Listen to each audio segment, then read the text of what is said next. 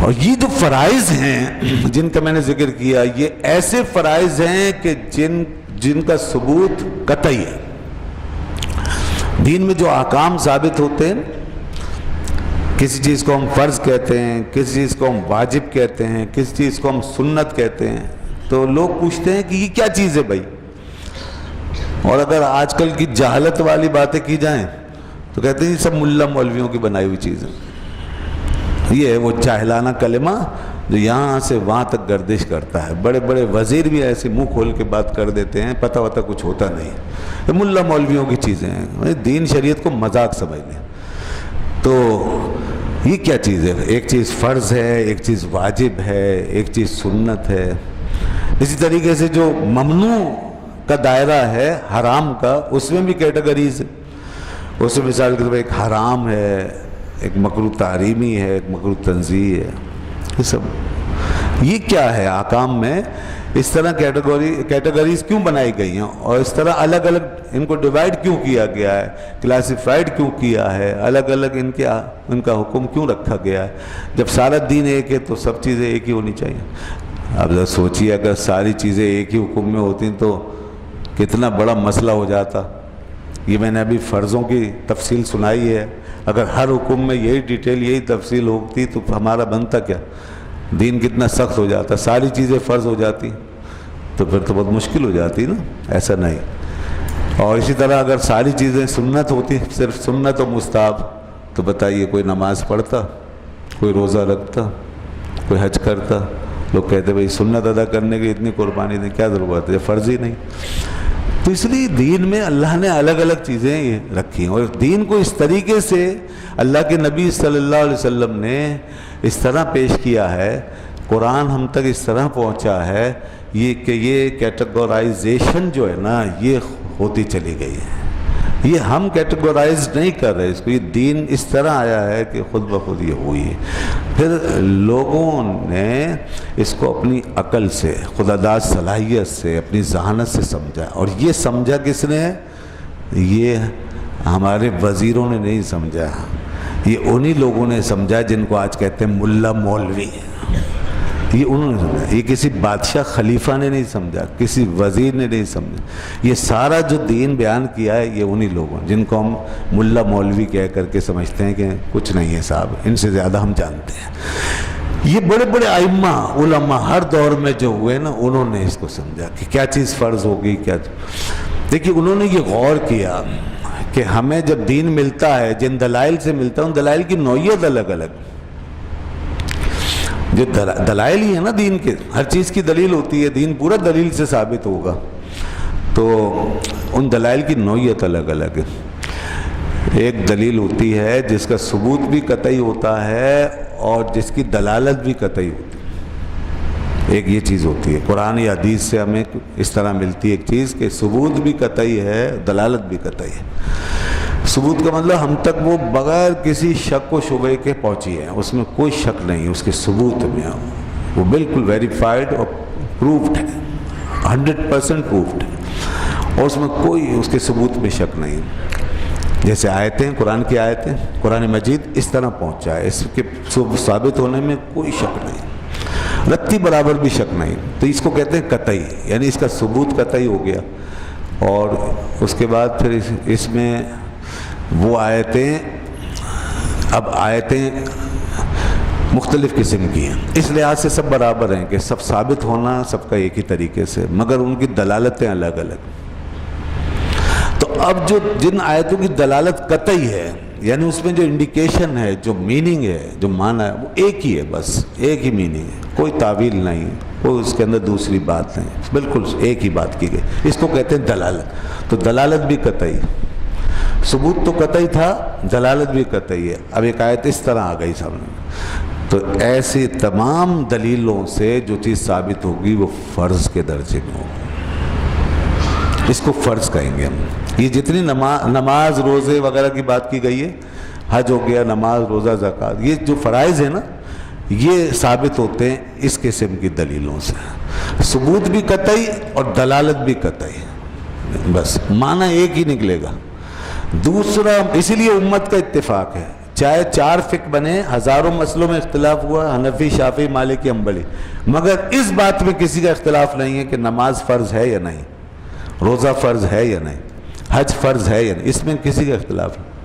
نماز کے طریقے میں اختلاف ہوگا، طریقے، کیونکہ پھر اس کے دلائل الگ ہیں، اس میں پھر آ جائے گی ورائٹی، دلائل کی ورائٹی آ جائے گی، اس میں پھر دوسری کیٹیگریز بن جائیں گی، تو لہٰذا وہاں پر اختلاف ہوگا۔ مگر یہ جو فرض ہونے کا معاملہ یہ ایسا ثابت ہے کہ اس کے ثبوت بھی قطعی ہے اور اس کی دلالت بھی، انڈیکیشن بھی قطعی ہے، تو اب سب متفق ہو گئے۔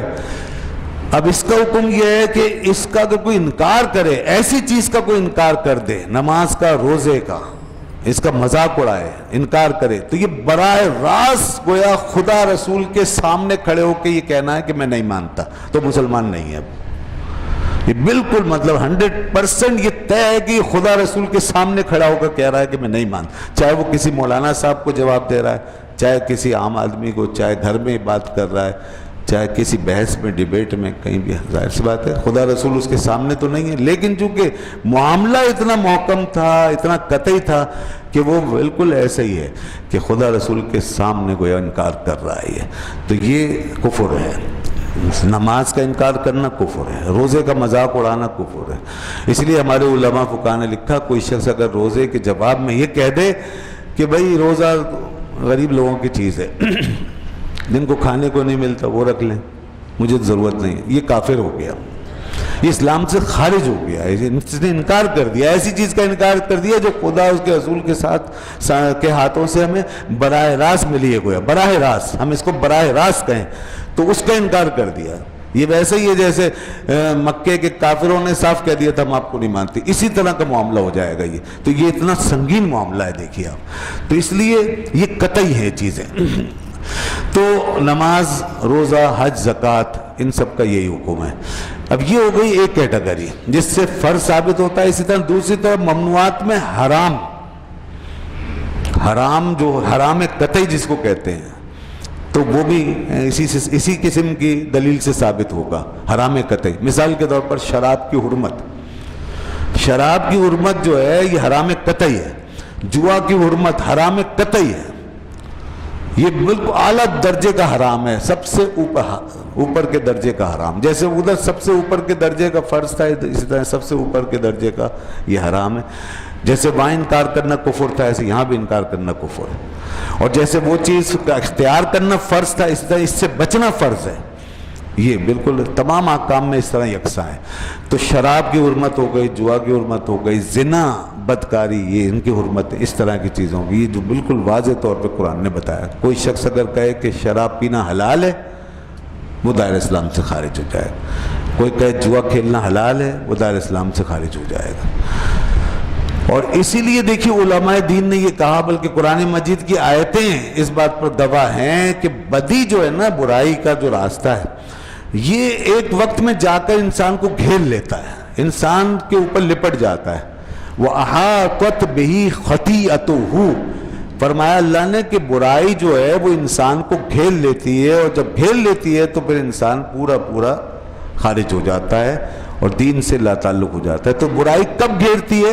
برائی اس طرح گھیرتی ہے کہ انسان جب ایک برائی کو یا ایسے حرام کام کو کرتا رہتا ہے تو اس کے اندر سے، اس دل میں سے اس کی حرمت نکل جاتی ہے، یعنی وہ پھر حرام سمجھنا چھوڑ دیتا ہے۔ پہلی دفعہ کرے گا تو حرام سمجھے گا، ملامت کرے گا اپنے آپ کو، برا بھلا سمجھے گا اپنے آپ کو، ڈرے گا، گھبرائے گا۔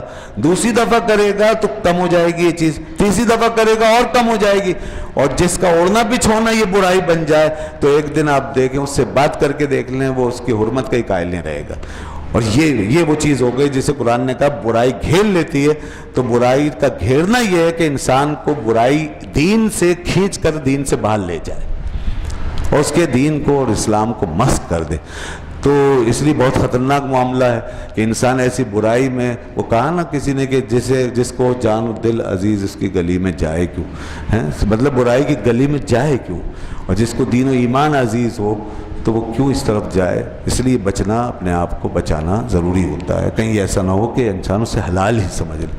تو یہ وہ چیزیں ہیں کہ جس میں اگر شک بھی ہوا تو انسان کا دین جو ہے متاثر ہوتا ہے اور اس کی نفی ہوتی ہے۔ دوسری چیز دوسری دلیل کیا ہے؟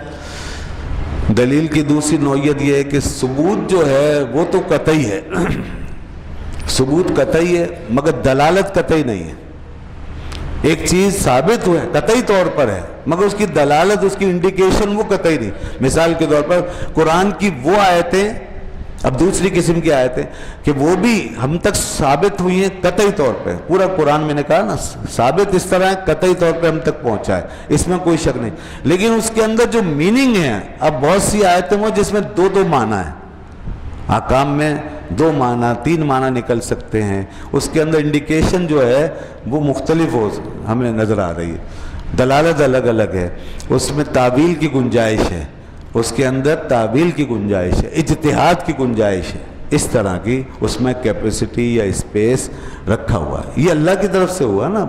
ایک چیز وہ تھی جس میں کوئی دوسری بات نہیں۔ اب دوسری نوعیت یہ ہے کہ آپ کو ایک راستہ نظر آ رہا ہے، یہ بھی میننگ نکل رہا ہے، وہ بھی میننگ نکل رہا ہے، یہ مطلب بھی ہو سکتا ہے، وہ مطلب بھی ہو سکتا ہے۔ اب یہ دلالت قطعی نہیں ہے، دلالت ظنی ہو گئی، تو اب یہ ایک دوسری قسم کی دلیل کہلائے گی۔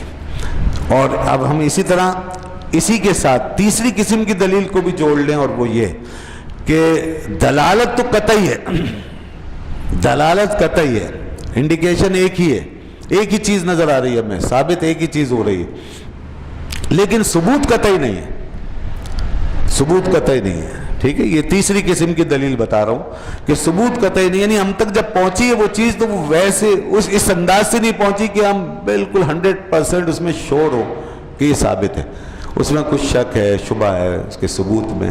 مطلب اس کی مثال کیا بنے گی؟ جیسے احادیث، کیونکہ قرآن کے اندر تو کوئی شبہ نہیں اس کے پہنچنے میں، اس کے ثابت ہونے میں کوئی شبہ نہیں۔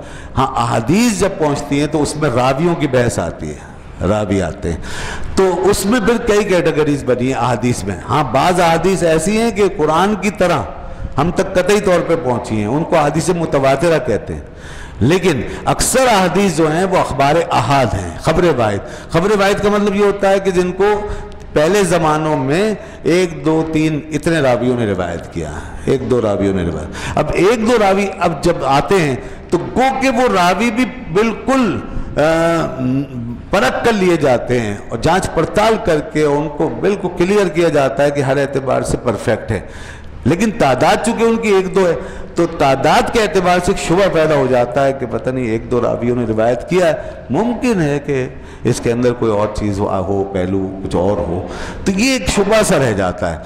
تو اب یہ کیفیت پیدا ہوگی، جبکہ قرآن کے ثبوت میں ایسی کوئی بات نہیں ہے۔ قرآن کو ثابت ہوا ہے تو ہزاروں لاکھوں لوگ بیک وقت اس کو پڑھ رہے ہیں، اور حدیث میں یہ چیز آ رہی ہے 1 2 3 راوی آ رہے ہیں، تو اس لیے اب چونکہ کوانٹیٹی وائز فرق پڑ گیا قرآن کے آنے میں اور حدیث کے آنے میں، تو اس کو کیٹیگری بنا دیا۔ دیکھیں کتنی باریکی ہے، دونوں کا حکم ایک نہیں رکھا، تو دونوں میں کوئی کیٹیگری بنا دی، اس کو الگ کر دیا، اس کو الگ کر دیا۔ تو اب یہ 2 قسم کی جو دلیلیں ہیں بعد والی، یعنی جس میں قرآن تھا ایک قطعی طور پہ ثابت ہوا لیکن اس کی انڈیکیشن میں ورائٹی آ گئی، یہ دوسری دلیل۔ اور تیسری دلیل کہ ثبوت ہی قطعی نہیں ہے، اگرچہ انڈیکیشن جو ہے وہ قطعی ہے، دلالت قطعی ہے مگر ثبوت قطعی نہیں ہے، اس میں آ گئی حدیث، یہ اخبار احاد۔ تو یہ دونوں قسم کی دلیلیں ہیں، چونکہ ان کے اندر یہ پہلو آ گیا جو پہلی والی دلیل سے مختلف تھا، لہذا اب ان دونوں قسم کی دلیلوں سے جو چیز ثابت ہوگی وہ فرض نہیں ہوگی، ان سے جو ثابت ہوگی وہ واجب ہوگی۔ جو واجب کہتے ہیں نا ہم یہ چیز واجب ہے، اس پہ عمل کرنا ضروری ہے ورنہ گناہگار ہوگی، تو اس کو واجب کہتے ہیں۔ واجب کا حکم یہ ہے کہ اگر کسی نے خدا نخواستہ انکار کر دیا اور کہہ دیا میں نہیں مانتا، تو ہم اسے دار اسلام سے خارج نہیں کہیں گے۔ اب یہ بینیفٹ آف ڈاؤٹ ملا، وہ جو دلیلوں میں فرق آیا وہاں کسی کے ثبوت میں کسی کی انڈیکیشن میں، تو یہ فائدہ یہاں پہنچے گا۔ اب یہ لوگوں کو فائدہ پہنچا کہ کسی نے اگر انکار کر دیا تو اسے ہم غیر مسلم نہیں سمجھیں گے، کافر نہیں کہہ دیں گے، ہمیں اسے مسلمان ہی سمجھیں گے۔ ہاں اگر بلا وجہ انکار کر رہا ہے، لوگ خواہ مخواہ انکار کر رہا ہے، جہالت سے انکار کر رہا ہے کوئی، تو گمراہ کہلائے گا، گمراہ کہلائے گا، غلط راستے پہ کہلائے گا، لیکن کافر وغیرہ اسے نہیں کہہ سکتے۔ تو دیکھیں پہلی دلیل کیا تھی اور یہ دوسری اور تیسرے نمبر کی دلیل کیا ہے۔ اس سے واجب ثابت ہوا، اس سے جناب ثابت ہوگا ہوگی آپ کی مکروہ تحریمی جو ممنوعات میں، ادھر کیا ثابت ہوا تھا سب سے پہلے نمبر پہ؟ حرام، جس کا انکار کفر تھا، اور ادھر مکروہ تحریمی واجب کے مقابلے میں آتا ہے. یہ چیزیں ثابت ہوتی ہیں ان دو قسم کی دلیلوں سے. میرا خیال ہے اگر میں کوئی آسان کر کے بیان کر سکا ہوں تو آپ سمجھ گئے ہوں گے میری بات. یہ ہے بڑی ٹیکنیکل قسم کی گفتگو، مگر یہ چیزیں سمجھ لینا چاہیے، اچھی بات ہے، تاکہ یہ جو باتیں ہوتی ہیں نا کہ یہ سب مولویوں کی باتیں ہیں اور یہ بہت آسان ہے اور ہر ایک دعویٰ کر رہا ہے مجھے بھی بہت کچھ آتا ہے، تو ذرا ان سے پوچھے تو صحیح کہ یہ سب چیزیں کیا ہیں. انہیں یہ پتہ ہوتا ہے دنیا کو یہ سب چیزیں، تو کم از کم ہمارے سامنے تو آ جائے نا. چلیے سمجھ میں پوری طرح نہ بھی آئے تو ایک چیز سامنے سے گزر تو جائے آپ کے کہ کس طرح دین ثابت ہوا ہے. اب یہ 3 قسم کی دلیلیں ہو گئیں، ٹھیک ہے جی. پہلی قسم کی دلیل وہ تھی جس سے فرض ثابت ہوا، اور دوسری 2 قسم کی دلیلیں وہ ہیں جن سے واجب ثابت ہوتا ہے، مکروہ تحریمی ثابت ہوتا ہے، ٹھیک ہے. اور دوسری 2 قسم کی دلیلوں میں کہیں قطعی ثبوت ہے تو قطعی الدلالہ نہیں ہے، یعنی ظنی الدلالہ ہے، اور کہیں ظنی ثبوت ہے تو قطعی الدلالہ ہے. یہ اچھا. اب چوتھی قسم کی دلیل، اب آخری چوتھی قسم کی دلیل جو ہے وہ کیا ہے؟ وہ یہ کہ اس کا نہ ثبوت قطعی ہے اور نہ دلالت قطعی ہے. ثبوت بھی قطعی نہیں ہے، دلالت بھی قطعی نہیں. اب ثبوت قطعی نہیں ہے تو اس میں تو وہی احادیث ہی چلیں گی نا، اخبار احاد، ان کا ثبوت قطعی نہیں ہے تو وہ چلیں گی. اب دلالت انہی احادیث میں 2 قسم کی حدیثیں، ایک تو اوپر چلی گئیں کہ جن کی دلالت قطعی تھی، اور دوسری قسم کی حدیثیں نیچے آ جائیں گی اس چوتھی کیٹیگری میں کہ ان کی دلالت بھی قطعی نہیں ہے، یعنی ان کے میننگ کیا ہی ہیں یہ.